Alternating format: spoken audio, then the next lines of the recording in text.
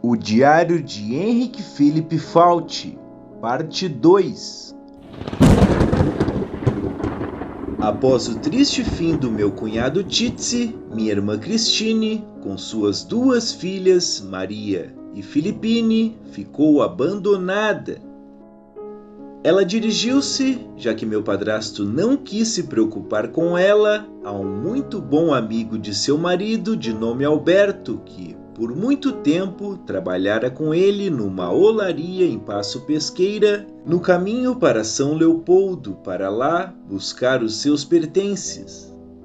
Ela estava acompanhada de um velho afrodescendente de nome Mateus, que era leal e correto. Era inverno e os caminhos estavam muito ruins, por isso minha irmã teve pena daquele velho homem a quem eu já conhecia muito bem quando ainda era um rapaz pequeno. E quando chegaram na Boa Vista, aquém da Capela de Santana, minha irmã disse: Mateus, volta daqui. O caminho é muito ruim e como eu vou pernoitar com Chariel, eu não preciso mais da sua ajuda. Este foi o último sinal de vida de minha irmã, porque lá, naquele campo aberto, ela desapareceu e nunca mais veio à luz do dia um sinal dela. Acredita-se firmemente que o mesmo Cunha, que também matou seu marido, fez o mesmo com ela, porque ele, naquela época, trabalhava justamente do outro lado de Portão, e com facilidade ele pôde emboscar uma mulher indefesa e matá-la, porque ele sabia muito bem que ela conhecia o assassino de seu marido. Isto eu sabia perfeitamente bem por um fato que agora eu vou contar. Um dia estávamos minha irmã e eu na casa de Adam Huffel em Neustadt e esse perguntou a minha irmã, durante uma conversa, se ela não sabia quem tinha assassinado seu marido no exato momento em que o Cunha passava em frente à casa. Quando minha irmã ouviu, apontou o dedo para ele e disse: Este é o assassino, ele matou o meu marido. Cunha, que ouvira estas palavras e deve as ter entendido, virou-se com um sorriso sarcástico e disse: Deixe estar, algum dia tu me pagas. Daí concluo que não foi outro senão este Cunha que assassinou minha irmã. Cunha recebeu mais tarde a recompensa por suas atrocidades, pois que recebeu de um outro, com o qual ele brigara no jogo de cartas, a ameaça: Espera só, nós nos encontraremos outra vez. O tenente Cunha foi fuzilado exatamente quando ele queria entrar na porta do moinho de farinha. Ele gritou ao saber que estava mortalmente ferido: Eu sinto que eu devo morrer, mas não importa, afinal eu já matei 7. Quando estive em Capela de Santana, em 1837, lá, um homem que conhecera muito bem minha irmã e suas filhas me contou que o Alberto e sua mulher há muito tinham morrido. Os filhos, porém, ainda viviam. Mandei saudá-los, embora não os conhecesse, e agradecer 1000 vezes pelo bem que seus pais tinham feito à minha irmã. Depois que o Major Correia se retirou, nosso tenente Karl Vick recebeu a ordem para que nós voltássemos às armas. Tivemos, portanto, que voltar às armas já de novo e montar guarda no Kaisenberg. Para esse serviço foram comandados 16 homens. Sempre 4 homens tinham que montar guarda 4 dias seguidos. Assim era naquela época. Mal e mal tínhamos alguns dias de descanso e já tínhamos que voltar para o serviço militar.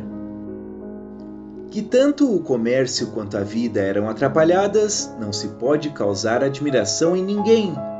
Os negócios iam muito mal, mas até agora eu nunca estivera acostumado com as coisas boas. Eu estava com 17 anos e não tinha aprendido quase nada e, enquanto estava de guarda, tinha tempo suficiente para pensar no meu futuro. Entre os demais homens da guarda encontravam-se diversos pais de família que tinham em casa muitas coisas importantes para fazer. Dentre eles, um chamado Johannes Schonard falou: Henrique, tu podes fazer a guarda por mim e eu te dou uma pataca de prata. Tu podes também comer e dormir lá em casa. Só se fazia a guarda de dia, então eu pensei, melhor pouco do que nada, e aceitei a oferta. Através deste, veio um outro homem e me ofereceu 2 patacas de cobre se eu fizesse a guarda por ele. Lembrei-me que eu já tinha trabalhado por 2 vinténs para limpar a plantação e aceitei a oferta. Num domingo de tarde, no 3º dia de minha guarda no Keisenberg, vieram repentinamente os imperiais que nos perseguiam e se aproximaram do nosso posto. 3 deles se atreveram até o pé do morro, enquanto os outros ficaram para trás. Nós, Jacob Vassen e eu, estávamos bem sozinhos e demos um tiro de alarme, como estava combinado, para que todos, que deviam ter dia e noite, a hora toda, seus cavalos prontos para montar, se reunissem no Keisenberg. Os imperiais se tornavam cada vez mais atrevidos. Desciam dos cavalos, deitavam as espingardas em cima das selas, miravam e atiravam, assim que as balas só zuniam por nossas orelhas. Mas, bem para cima, eles não se arriscavam, pois não sabiam quantos nós éramos. Nós, com as pistolas de tiro curto, não podíamos fazer-lhes nenhum estrago. O auxílio que tínhamos pedido não havia jeito de chegar. Daí, demos mais um tiro de alarme. Se não vier socorro em breve, eu disse para o meu camarada, tu vais ver que nós teremos que fugir. O raio que o parta esses caras atrevidos. Qual nada? Respondeu Jacob. Seria uma vergonha para os republicanos se eles nos deixassem em falta. Ansiosamente esperávamos auxílio. Jacob tinha um bom cavalo, mas eu tinha um matungo velho no qual não se podia confiar. Finalmente, eu vi o Peter vir a galope. Alegremente, eu disse isso ao meu companheiro, aí começaram a vir os outros. Vieram o Peter, o Valentin e o Franz, todos numa louca carreira. Urra! Agora vocês vão ver, seus canalhas, como nós vamos matá-los. Quando os imperiais viram que nós receberíamos reforços, fugiram e nós atrás deles os perseguimos até a Mata Virgem. Então nos voltamos lentamente até o nosso Keisenberg. O Keisenberg não é muito alto, mas está localizado no meio da colônia alemã, bem livre, assim que dele tinha-se uma vista para todos os lados. Devido a esta bonita situação é que a imperatriz o escolheu para a localização do seu castelo. Como nós tínhamos rechaçado o inimigo, nós achamos que o perigo tinha passado. Tínhamos agora, novamente, tempo para descanso e eu podia pensar nos meus planos para o futuro.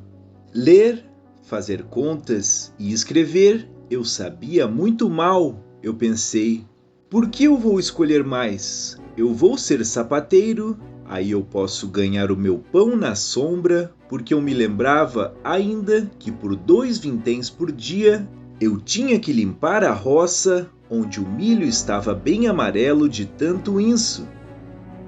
Como eu era o menor e o mais moço de nossos camaradas, eu expus a eles a minha resolução. Todos eles, Jacob, Friedrich, Juan e Valentim, aprovaram. Um pai que podia me aconselhar e ajudar, eu já não tinha mais. Procurei imediatamente um mestre e fui a ele depois de me despedir de meus camaradas no dia 4 de agosto de 1840. Mal eu estava lá há 8 dias, quando aqueles 3 caras que nós havíamos espantado há 2 meses atrás apareceram lá. Felizmente eles não me reconheceram, senão eu poderia ter passado maus momentos. Eu pensei, aqui não está bom, e deixei aquele mestre e fui aprender com outro homem de nome Wilhelm Hartz, onde terminei meu aprendizado. No dia 25 de março de 1842, me casei com Elisabeth, filha de Johannes Schonard e de sua mulher Maria Elisabeth, nascida Zollinger. Nós fomos casados pelo pastor Henrique Schmidt, o padreco, o mesmo que me confirmou. A revolução ainda não havia terminado e a paz ainda não havia sido feita, porém já havia comércio na colônia, pois que os republicanos haviam se retirado para a campanha. Eu pretendia inicialmente morar 8 meses com meus sogros. Nós éramos todos muito pobres, ninguém possuía um cavalo ou uma vaca. Depois, construí uma choupana de palha na colônia de meu pai, no Kaiserwald, e organizei uma pequena roça. Eu trabalhava como sapateiro, fazia cepos para tamancos e pregava tamancos. Mas o povo era pobre e por isso andava descalço. Infelizmente, eu costumava fazer péssimos negócios. A minha mulher era muito trabalhadeira e boa dona de casa e sempre esteve fielmente ao meu lado. Nós nos esforçávamos e trabalhávamos para poder viver sem fazer dívidas, porque emprestar não era moda naquela época. E assim, conseguimos com o tempo comprar 2 cavalos de montaria e 3 vacas que vieram da campanha. 2 vacas morreram de peste logo em seguida, o que foi um golpe duríssimo para mim, iniciante. Foram 19 thaler de prata que os urubus comeram.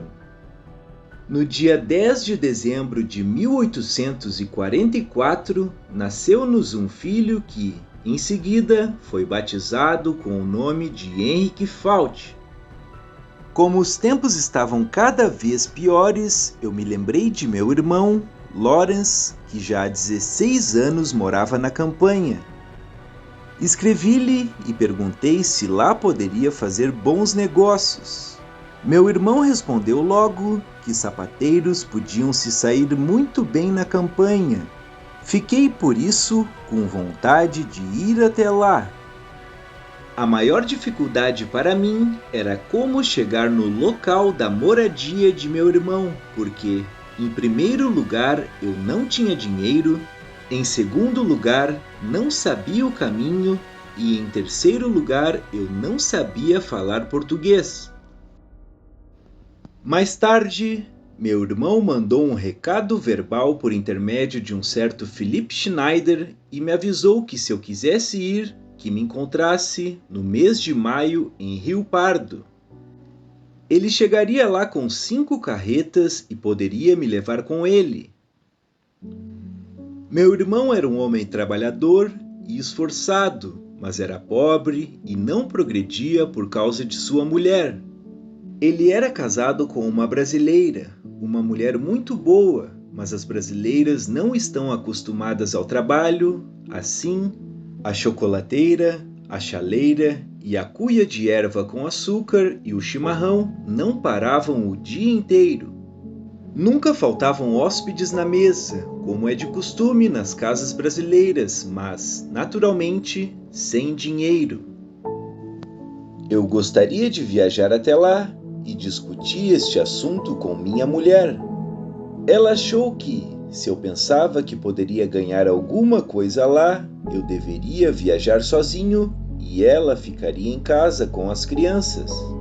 Com o lucro, eu deveria comprar vacas leiteiras e trazê-las. Respondi que eu também tinha pensado nisso e procuraria trazer 10 vacas leiteiras. Poderíamos, então, levar uma vida folgada e agradável, já que uma libra de manteiga custava, naquele tempo, 480 réis, e uma dúzia de queijinhos a mesma coisa.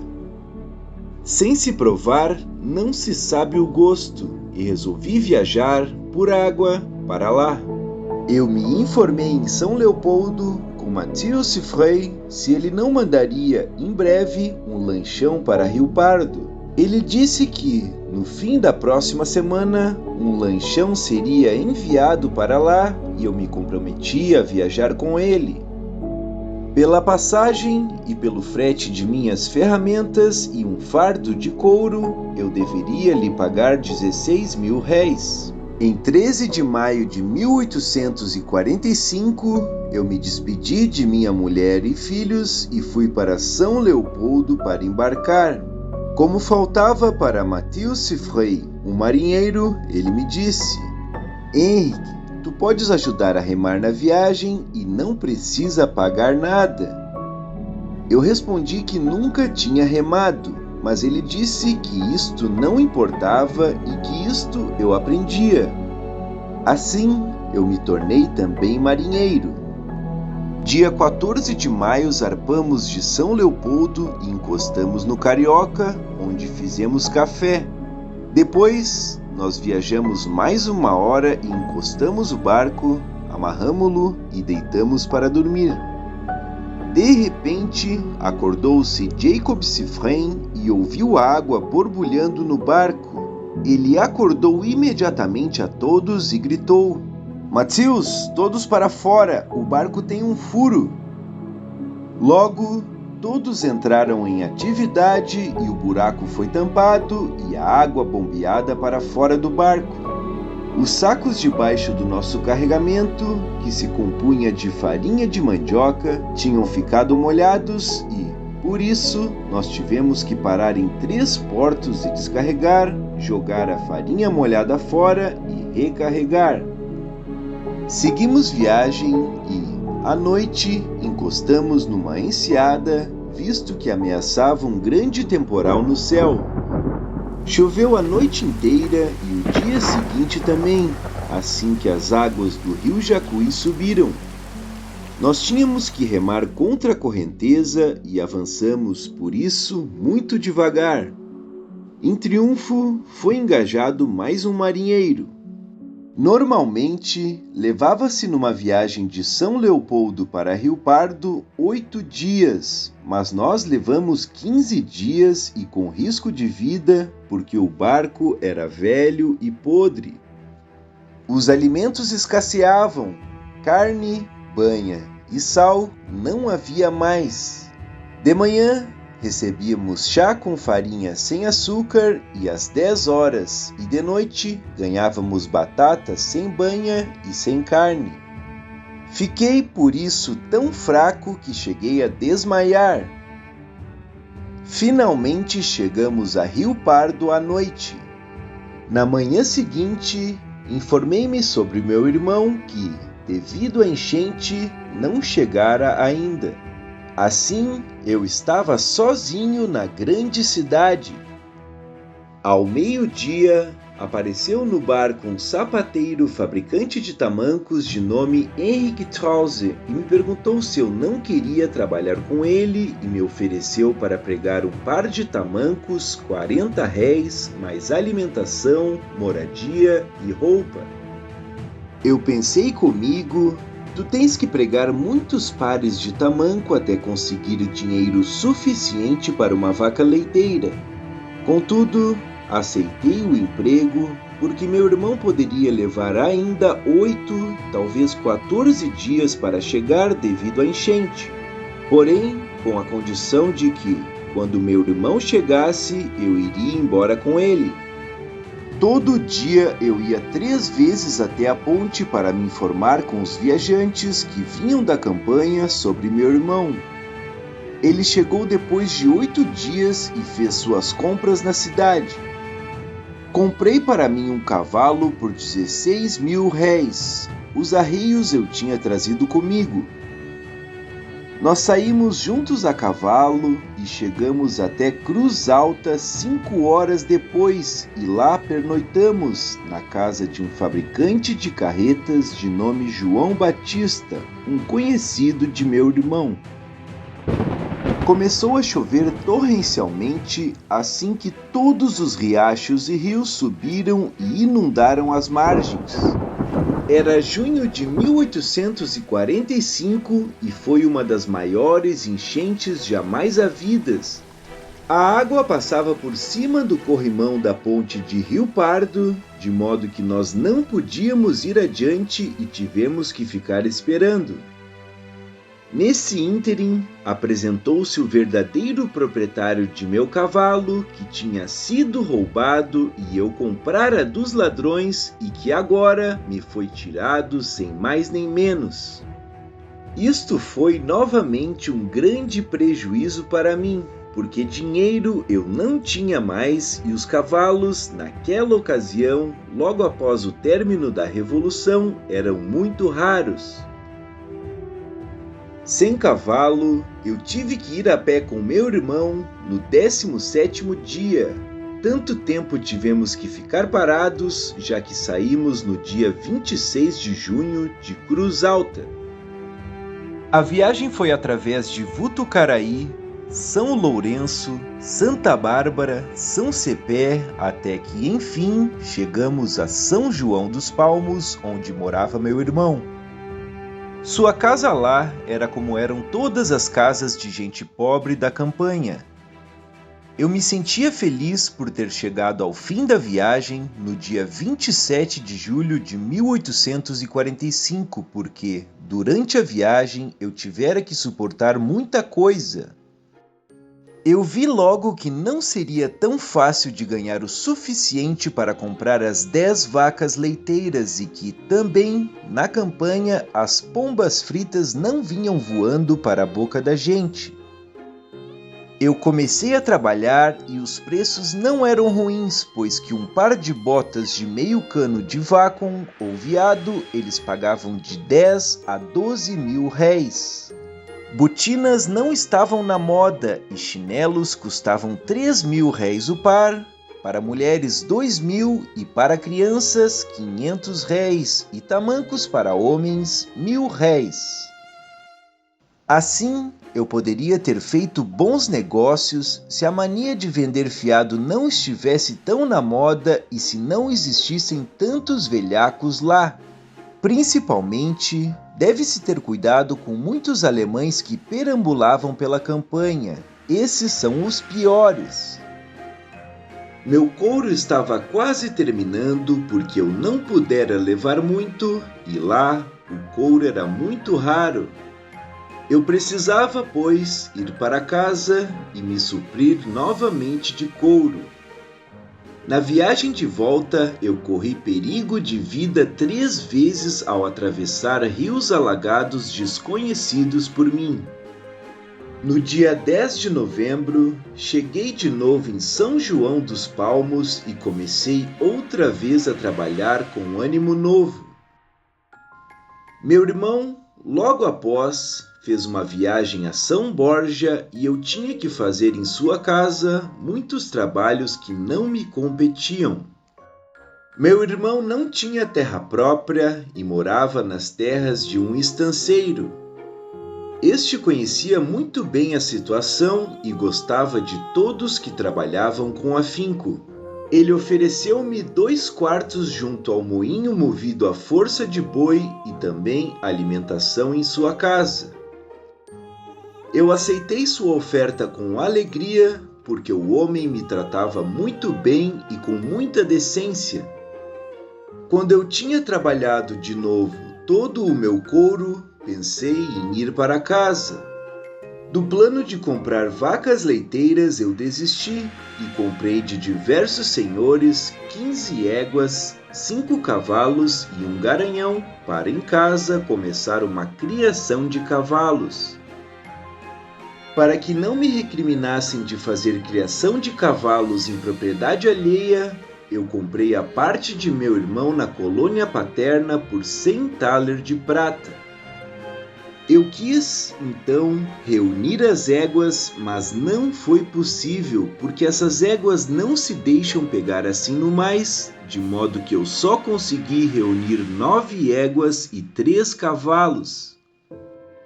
Então, eu ainda quis cobrar os meus haveres para depois voltar para casa, mas só consegui 50 mil réis.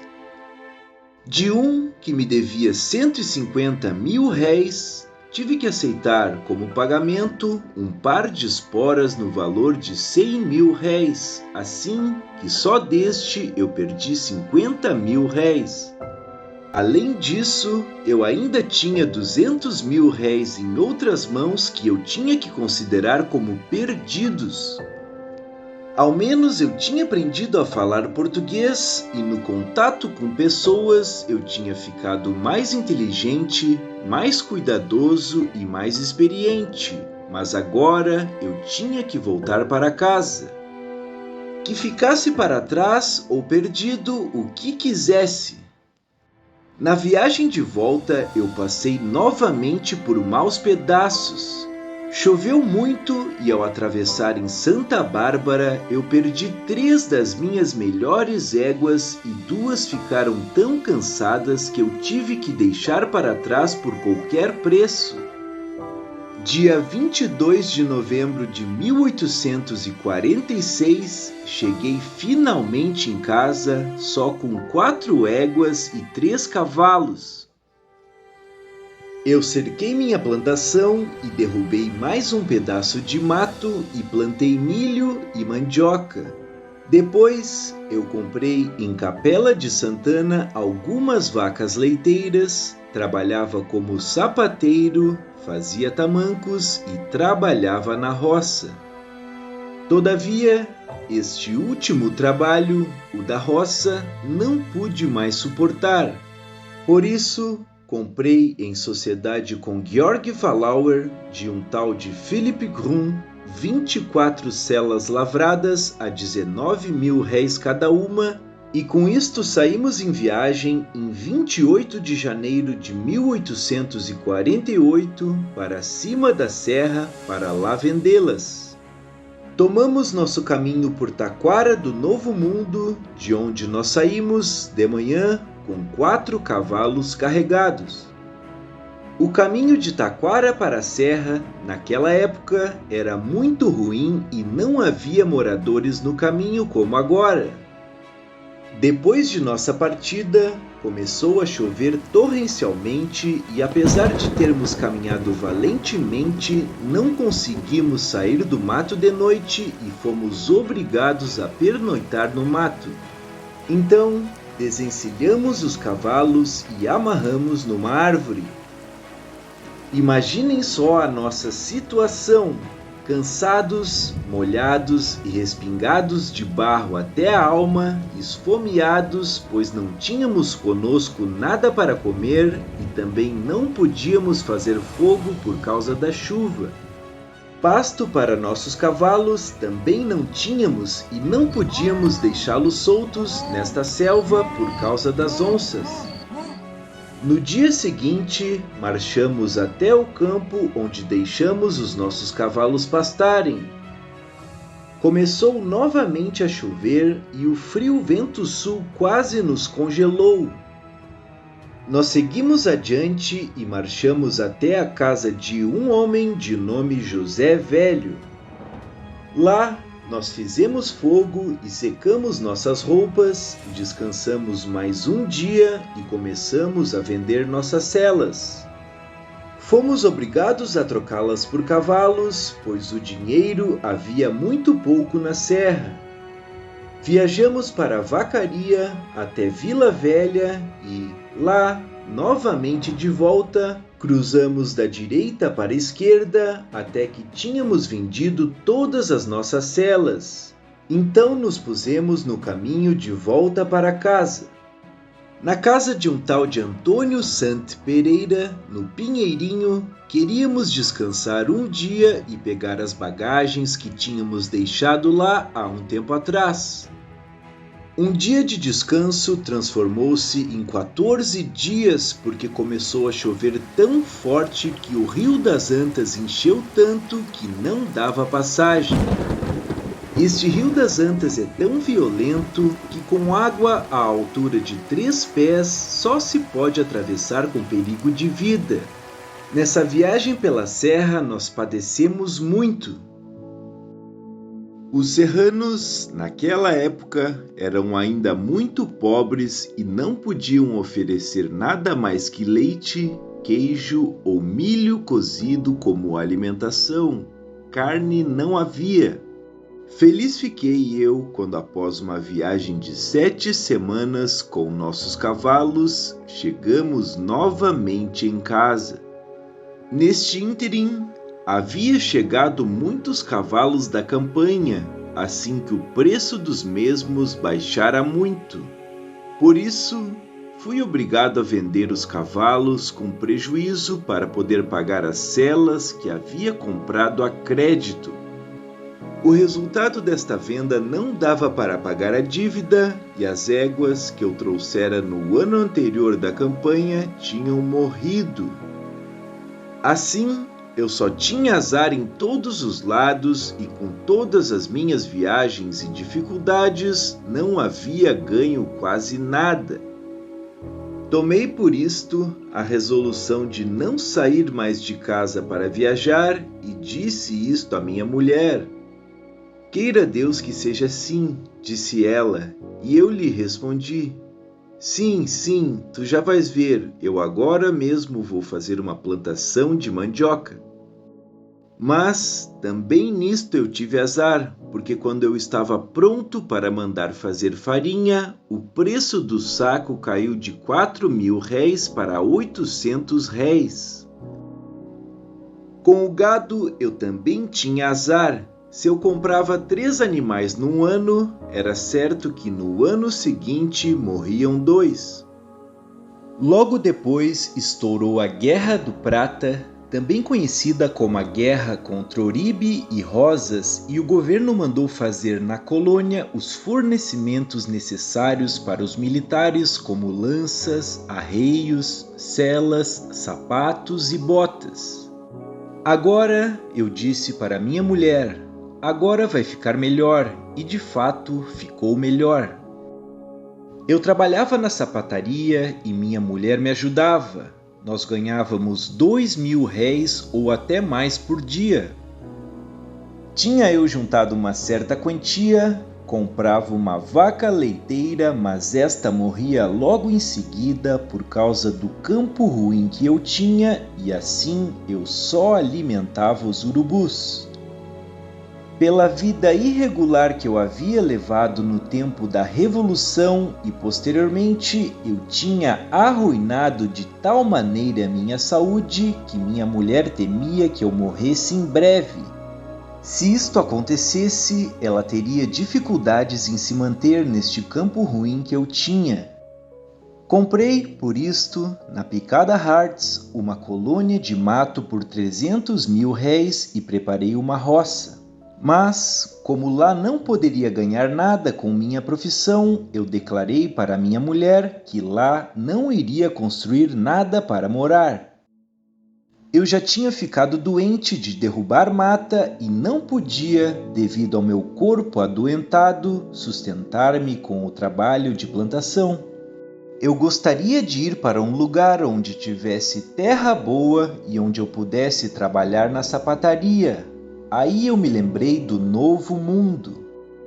Justamente nesta ocasião, Peter Bauer da Fortaleza do Novo Mundo queria vender a sua colônia, que me foi oferecida e que eu comprei dele no ano de 1854 por 1.100.000 réis. As minhas terras no Kaiserwald e na Picada Hearts eu vendi. Além de outros azares, foram-me roubados ainda 138.000 réis em dinheiro, de maneira que eu perdi toda a vontade de permanecer no campo.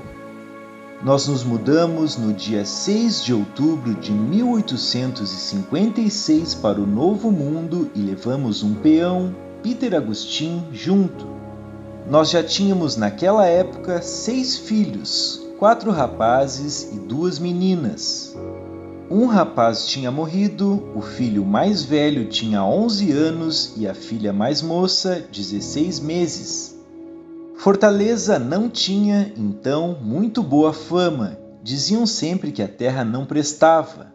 Eu, porém, embora entendesse pouco disto, pensei, Onde tem isso forte, aí também deve nascer feijão e milho, e assim aconteceu mesmo.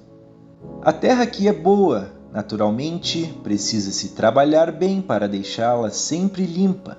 Nós nos instalamos primeiro numa choupana que existia na colônia e começamos imediatamente a derrubada do mato para conseguir um pedaço de capoeira para a plantação. Nós cercamos então o potreiro e queimamos a plantação, na qual nós plantamos 4 quartos de milho. Após, construímos uma cozinha e um depósito para o milho. Este foi o trabalho que nós, meu peão, minha mulher e eu fizemos em 3 meses. No primeiro ano já comecei a vender milho. Em janeiro de 1857, recomecei a fabricação de cepos de tamancos e sapatos. Todas as peças que eu fabricava, vendia em casa mesmo aos viajantes, porque minha casa estava perto da rua principal que ia de Taquara para cima da serra, Vacaria, Campos Novos até Lages. Logo tomei um aprendiz trabalhador e fizemos um bom trabalho que era muito procurado, enquanto minha mulher e os filhos trabalhavam na plantação e às vezes trabalhavam na sapataria. Bom foi que eu aprendera a falar português na campanha. Minha mulher e meus filhos não falavam português. Tudo ia cada vez melhor e todo dia entrava dinheiro. Como a nossa moradia era muito ruim, começamos em 1859 a construir e a casa ficou pronta em 1860. Para a inauguração, por ocasião de Pentecostes, eu contratei músicos. O custo da obra importou em torno de R$1.500.000.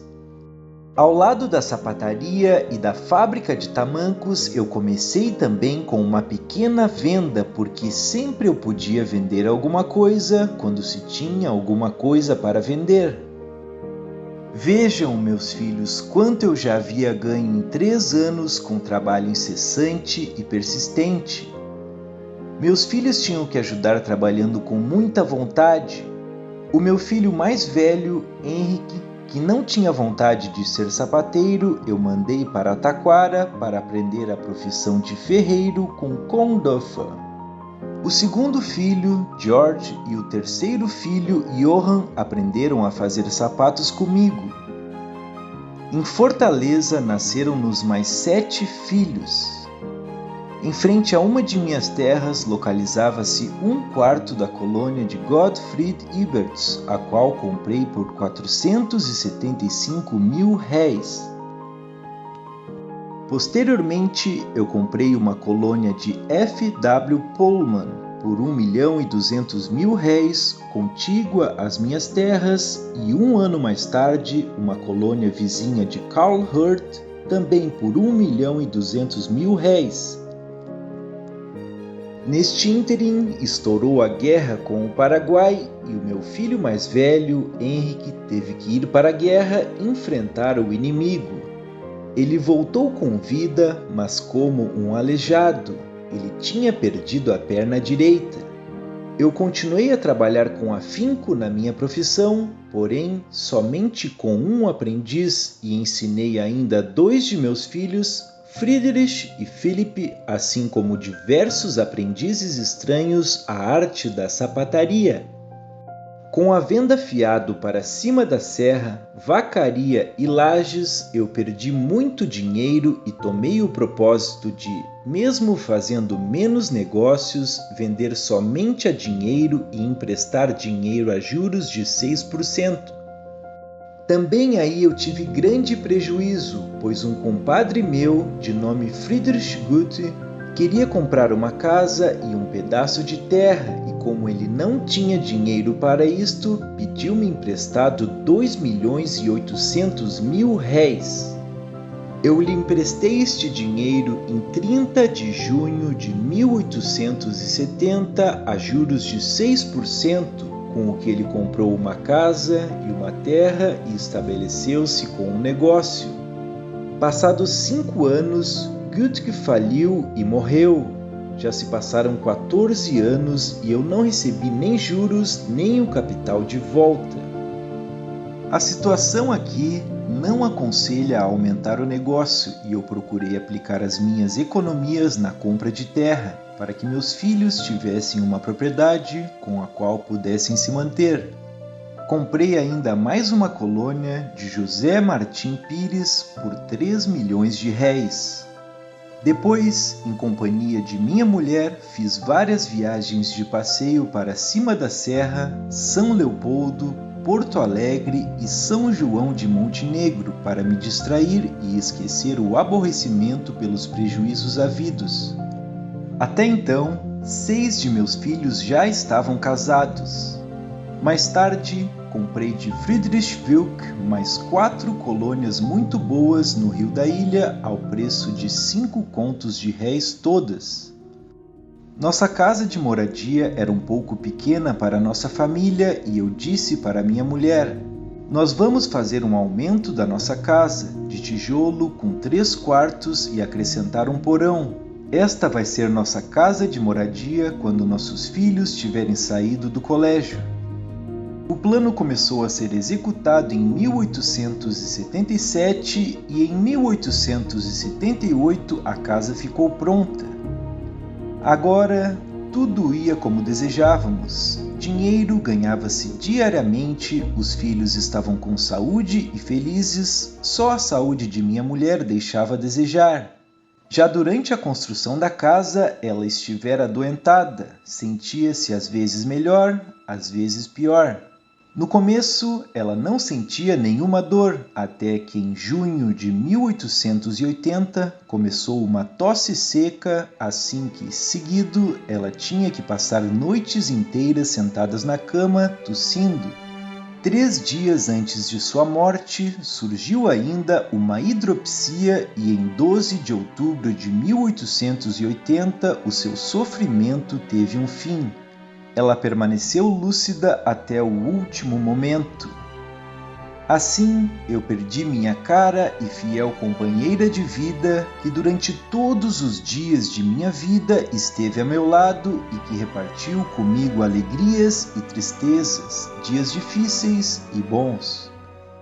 Os filhos que nasceram durante nossos 38 anos de casados foram os seguintes: Henrique, nascido em 10 de dezembro de 1844, ficou ferreiro. Georg, nascido em 18 de dezembro de 1847, ficou sapateiro. Catarina, nascida em 26 de novembro de 1849. Johann, nascido em 30 de junho de 1853, ficou sapateiro.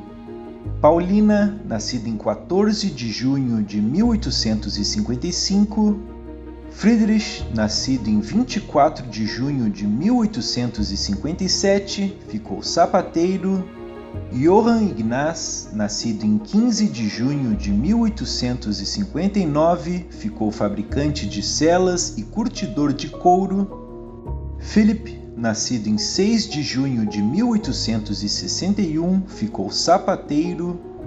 Friedrich Wilhelm, nascido em 12 de maio de 1863, ficou fabricante de celas e curtidor de couros.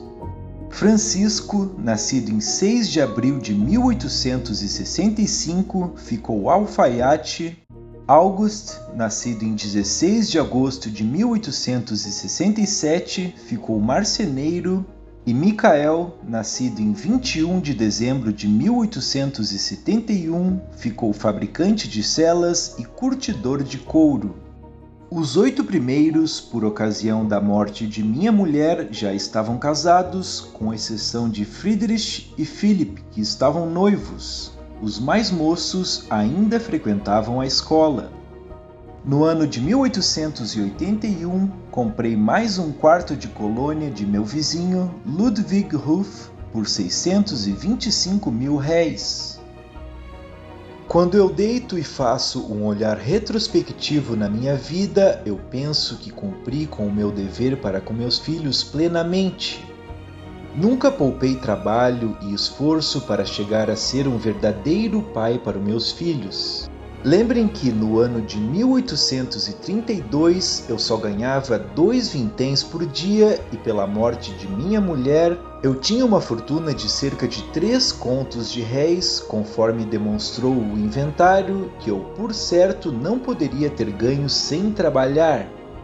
Mas, não obstante, desde a morte de minha mulher não vivo mais satisfeito. Eu me sinto abandonado e só no mato. Dizem que o homem e a mulher são uma só pessoa. Muitas vezes faço viagem de passeio para me distrair e esquecer estes pensamentos. Assim, eu viajei para Santa Cruz, Porto Alegre, Rio Pardo, Cachoeira, Jacuí, Cima da Serra até o Campo dos Bugres, na colônia italiana. No dia 9 de novembro de 1885, o Conselho Gaspar Silveira Martins e o Coronel Joaquim Pedro Salgado, numa viagem de campanha eleitoral, estiveram na minha casa e lancharam comigo. No dia 26 de fevereiro de 1885, eu viajei acompanhado de um brasileiro de nome João Fabrício, a quem eu pagava R$ 1.500 por dia, saindo de casa para Tramandaí para ir aos banhos de mar. No primeiro dia de viagem, chegamos a Santo Antônio da Patrulha, onde pernoitamos, e no outro dia chegamos a Tramandaí.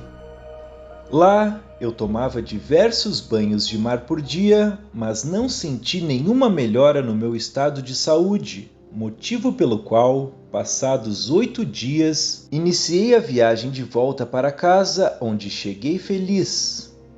No ano de 1888, vendi todas minhas terras, com exceção de metade da colônia e a casa de moradia, porque eu cheguei à conclusão de que vocês, meus filhos, não podem ocupá-la, pois vocês todos têm uma profissão e querem exercê-la, e como eu já tinha tido muito prejuízo de todos os jeitos e maneiras, assim eu queria agora experimentar emprestando o dinheiro ao Banco da Província a 4% ao ano. Então eu comecei a fazer de vez em quando tamancos como passatempo. Vez que outra eu fazia uma viagem de recreio de um de meus filhos para o outro. Neste ínterim, no ano de 1893, começou a Revolução. Como eu já participara da Guerra dos Farrapos dos 12 aos 17 anos de idade, assim de minha parte já tinha que chega, e resolvi então sair completamente daqui para São Martinho para a companhia de meu filho Friedrich Wilhelm, para não ser novamente envolvido nesta história. Lá eu permaneci bastante tempo. Eu soube depois que os federalistas ou maragatos tinham estado em minha casa com meu filho Philip e lá fizeram o que tiveram vontade. No ano de 1893, fiz uma viagem a São João do Monte Negro e fiz um brinde no casamento de um netinho, uma das crianças de meu filho Georg. Lá, eu mantive boas conversas e encontrei velhos amigos. No mesmo ano, eu fiz uma viagem a Santa Maria e a São Martinho, de onde, em 1º de janeiro de 1889, iniciei minha viagem de volta para casa, onde cheguei feliz. Para me aposentar completamente, eu vendi a última meia colônia e a casa para meu filho Philip, mas conservei para mim 2 peças até a minha morte. Assim, eu não tinha mais bem nenhum a não ser um cavalo e uma égua. No dia 12 de fevereiro de 1899, fiz uma viagem para Cima da Serra, de onde, por 8 dias, iniciei o caminho para casa. Eu pretendia pernoitar na estrada de Cima da Serra, mas, como estava bom tempo e o céu estrelado, eu resolvi descansar um pouco e seguir viagem a cavalo, de modo que, às 10 horas da noite, cheguei feliz em casa. Eu tinha cavalgado 15 léguas.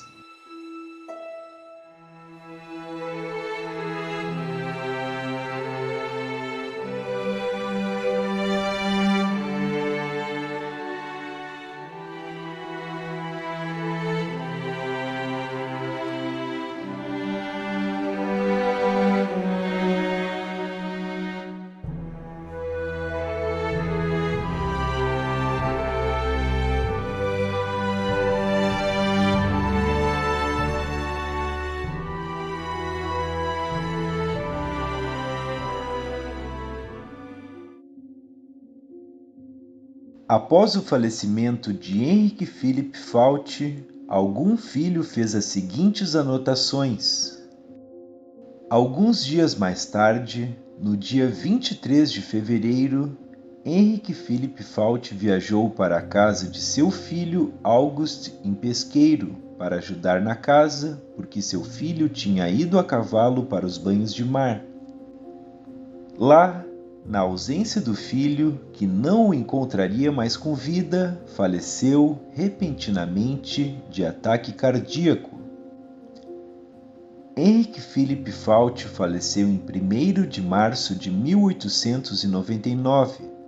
Para lhe prestar a última homenagem, nós, os seus filhos, o transportamos para a sua terra, Fortaleza, onde seu corpo está sepultado ao lado de sua querida esposa, nossa querida mãe. Honraremos para sempre sua memória.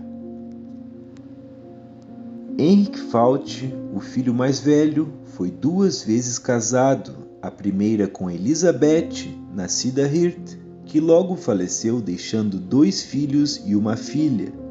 Ele casou pela 2ª vez com Elizabeth Schmidt, que o presenteou com mais 9 filhos. Ele fez a Guerra do Paraguai e voltou para casa como aleijado, pelo que a pátria lhe pagava uma pensão muito magra. Ele morava na propriedade paterna, em Fortaleza, e lá morreu em 1897. Georg, o 2º filho, foi casado com Maria Carolina Schweitzer. Ele morava em Faxinal de São João do Montenegro e morreu lá em 12 de junho de 1902. Deixou 9 filhos. Dentre os descendentes, destaco Adonis Valdir Fault, pesquisador da família Fault. Catarina Fault nasceu em 30 de novembro de 1849, no Kaiserwald, e faleceu em 13 de fevereiro de 1910, em Fortaleza. Foi casada com Georg Schilling, com quem teve 10 filhos. Johannes Fault nasceu em 14 de março de 1852 em Hamburgo Velho e veio a falecer meses depois, em 14 de setembro de 1852. Johann Fault nasceu em 30 de junho de 1853 em Fortaleza, Taquara, onde faleceu em 6 de junho de 1916. Seguiu a profissão do pai, de modo que foi sapateiro e casou com Maria Catarina Fleck, com quem teve 12 filhos. Paulina Fault nasceu em 14 de junho de 1855 em Fortaleza, Taquara, onde faleceu em 26 de agosto de 1933. Casou-se com Philipp Nicolau Fischer, com quem teve 14 filhos. Friedrich Wilhelm Fault nasceu em 24 de junho de 1857 em Fortaleza, Taquara, e faleceu em 18 de abril de 1906 em Santa Cristina do Pinhal. Seguiu a profissão do pai, foi sapateiro e casou-se com Catarina Thiem, com quem teve 13 filhos. Johann Ignácio Fault nasceu em 15 de junho ou julho de 1859 em Fortaleza. Viveu em Montenegro, onde faleceu. Era fabricante de celas e curtidor de couro e casou-se com Albertina Lauer, com quem teve 10 filhos. Philipp Fault nasceu em 6 de junho de 1861, no Morro da Fortaleza, onde faleceu em 4 de novembro de 1910. Foi sapateiro e casou-se com Emília Spindler, com quem teve 11 filhos. Franz, ou Francisco Fault, nasceu em 6 de abril de 1865 em Fortaleza e faleceu em 4 de setembro de 1912 em Taquara. Foi alfaiate e casou com Oda Bella Vetter, com quem teve 7 filhos. Auguste Fault nasceu em 16 de agosto de 1867 em Fortaleza e faleceu em 6 de julho de 1916 em Campo Bom. Auguste era marceneiro e comerciante. Casou-se com Clementina Schmidt, com quem teve 12 filhos. Auguste foi antepassado de Pedro Almiro Fault, também pesquisador da família, in memoriam. Auguste também foi o trisavô deste humilde narrador que ora vos fala. Michael, ou Miguel Fault, nasceu em 21 de dezembro de 1871, em Fortaleza, e faleceu em 9 de dezembro de 1913, em Canoas. Era fabricante de celas e curtidor de couro. Casou-se 2 vezes, a primeira com Paulina Elvira Maier, com quem teve 5 filhos, e a segunda vez com Luísa Jacobus, com quem teve 4 filhos. Antes de falecer, em 2014, o pesquisador Pedro Almiro Fault explicou que o nome Henrique Philippe Fault consta na data de desembarque em São Leopoldo, em 4 de fevereiro de 1827, na lista feita pelo Dr. Johann Daniel Hillebrandt, mantida no Arquivo Histórico do Rio Grande do Sul, em Porto Alegre, sob o códice C-333. Henrique Philippe Fault é o nome que Henrique escolheu usar ao contratar casamento. Ele faleceu na casa de seu filho Auguste Fault, em Travessão Pesqueiro, Nova Palmeira, hoje município de Araricá. Segundo seu desejo, foi sepultado em Fortaleza, lugar hoje denominado Lajeadinho, município de Igrejinha, ao lado da esposa e próximo do filho mais velho, Henrique Fault. De acordo com o registro de óbito da comunidade evangélica de Igrejinha, ele faleceu repentinamente de infarto com a idade de 75 anos, 7 meses e 2 dias. Foi presenteado com 12 filhos, 96 netos e 30 bisnetos, óbito número 3, de 1899. Pedro Almiro Fault revelou que as cópias datilografadas da versão original do diário de Henrique Philippe Fault estavam em poder do neto Octávio Glicério Fault e agora estão reproduzidas em 2 livros, ambos publicados em 2004, os quais foram anteriormente citados na primeira parte deste audiolivro. Esta é a cópia do passaporte do pai de Henrique Philippe Fault, que se chamava Philippe Henrique Fault. Tradução: Estados Real Prussianos, passaporte de saída válido para viajar ao Brasil, passaporte número 217. Dados pessoais do portador. Nome: Philippe Henrique Fault. Profissão: carpinteiro. Pátria: Prússia do Reno. Domicílio: Bad Kreuznach. Religião: evangélica. Idade: 37 anos. Altura: 1,63 m. Cabelos: castanho escuros. Fronte: coberta. Sobrancelhas: castanhas. Olhos: azuis. Nariz: pequeno. Boca: mediana. Dentes: completos. Barba: castanha. Queixo: redondo. Rosto: alongado. Cútis: saudável. Estatura: troncuda. Sinais especiais: nenhum. Assinatura: Philippe Henrique Fault. Sinete e taxas: carimbo: 15 Groschen. Emissão: 20 Groschen. Total: 35 Groschen. O carpinteiro Philippe Henrique Fault, natural de Bad Kreuznach, viaja com sua mulher Ana Maria, nascida Bretz, e 5 filhos, 2 rapazes de 10 e 2 anos e 2 moças de 9 e 6 anos via Hamburgo para o Rio de Janeiro, legitimando-se como insuspeito mediante um atestado do burgomestre Mohr.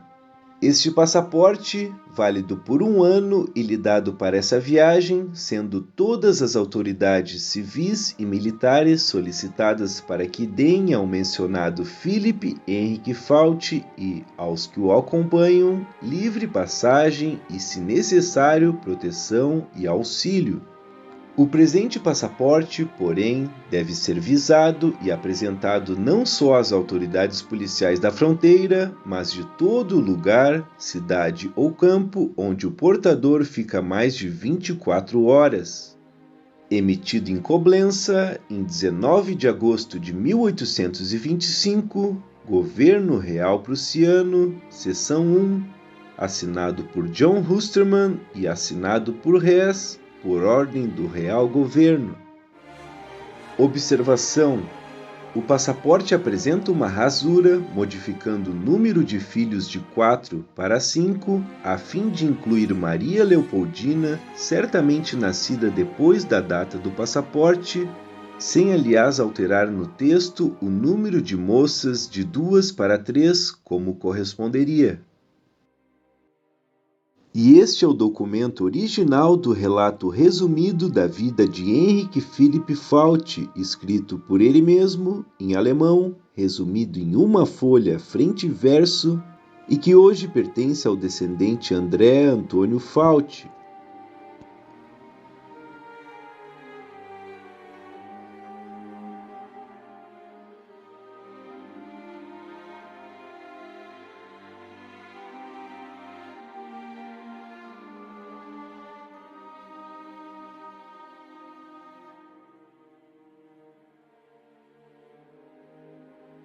E este é um anúncio publicado em jornal da época, embora não mencione local nem data, procurando localizar os filhos de Henrik Philipp Falti e Maria Elizabeth Schonardi. Por meio do mesmo anúncio, também eram procurados os descendentes de Lorenz Falti, irmão de Henrik Philipp Falti. Como ambos foram obrigados a lutar na Revolução Farroupilha, provavelmente eram procurados a fim de que recebessem alguma manifestação honrosa ou compensação por suas funções na referida revolução. Este documento original também faz parte do acervo de André Antônio Falti. Este é o verdadeiro brasão da família Falti, do tempo em que ainda viviam no Reino da Prússia. Aqui temos uma fotografia dos avós do descendente André Antônio Falti, Arnito Seniro e Maria Isaura Falti, nos anos 40, em Canela, na localidade chamada Tiririca.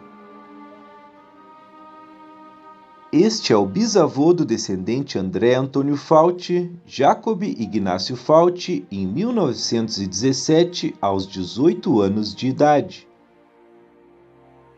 E aqui, uma foto do casamento dos bisavós de André Antônio Falti, Jacob Ignácio Falti e Irma Cutts Falti, em 12 de março de 1921, em Canela.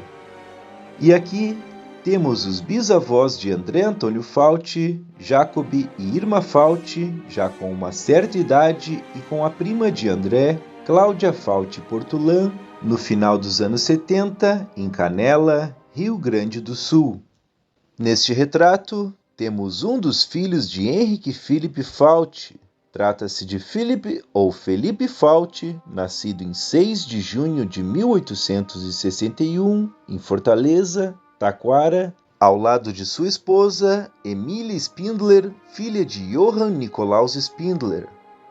Este é outro filho de Henrik, chamado Friedrich Falti, nascido em 1857 e falecido em 1906. Ao seu lado, tem-se sua esposa, Catarina Thiem, nascida em 1861 e falecida em 1940. Neste outro retrato, uma das filhas de Henrik Philipp Falti, Paulina Fauci, nascida em 1855 e falecida em 1933, posa ao lado de seu marido, Philipp Nikolaus Fischer, nascido em 1848 e falecido em 1911. Já aqui temos uma foto de Paulina Fauci com uma idade mais avançada. Este aqui é Pedro Almiro Fauci, pesquisador da família Fauci, nascido em 21 de março de 1951 e falecido em 25 de maio de 2014. Foi um dos maiores genealogistas do sul do Brasil e passou grande parte de sua vida visitando cemitérios e repartições públicas para alimentar os bancos de dados das árvores genealógicas da família Fauci e de diversas outras famílias. Pedro Almiro Fauci não deixou filhos, era filho de Almiro Fauci e de Lilian Vera, nascida Strasburger. Este foi o pai do pesquisador Pedro Almiro Fauci. Ele se chamava Almiro Fauci, nasceu em 16 de setembro de 1921 em Campo Bom e faleceu em 10 de julho de 2003 em Porto Alegre. Ele era casado com Lilian Vera Strasburger Fauci. Este foi o pai de Almiro Fauci, Lothar Vilmar Fauci, nascido em 19 de março de 1890, em Sapiranga, e falecido em 30 de dezembro de 1925, em Santa Cristina do Pinhal, Taquara, Rio Grande do Sul. Ele era casado com Lima Fauci, nascida Michels. Lothar Vilmar Fauci era filho de Auguste Fauci, nascido em 16 de agosto de 1867 em Fortaleza, Taquara, e falecido em 6 de julho de 1916 em Pesqueiro, Sapiranga. Ele era casado com Clementina, nascida Schmidt. Aqui temos uma foto de Auguste Fauci, bisavô de Pedro Almiro Fauci, em sua casa, junto da esposa e dos filhos. E esta é uma fotografia do armazém de Clementina Schmidt Fauci, viúva de Auguste Fauci, em Campo Bom, datada de 1923.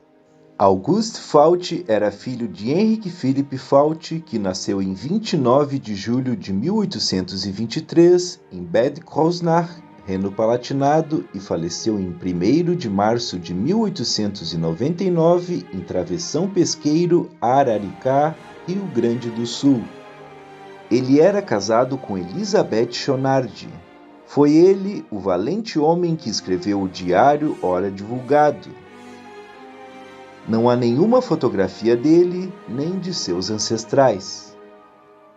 Henrique Philipp Fauci era filho de Philipp Henrique Fauci, que nasceu em 6 de agosto de 1789 em Udenheim, Reno-Palatinado, e faleceu por volta de 1827 em São Leopoldo, numa tentativa de travessia do Rio dos Sinos.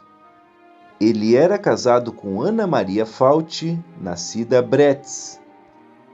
Philipp Henrique Fauci era filho de Johann Lorenz Fauci, que nasceu em 5 de agosto de 1747 em Udenheim, Reno-Palatinado, e faleceu em 4 de agosto de 1805, também em Udenheim.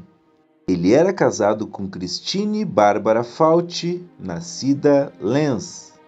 Johann Lorenz Fauci era filho do homônimo Johann Lorenz Fauci, que nasceu pouco antes de 5 de abril de 1716 em Udenheim, Reno-Palatinado, e faleceu em 13 de março de 1760, também em Udenheim.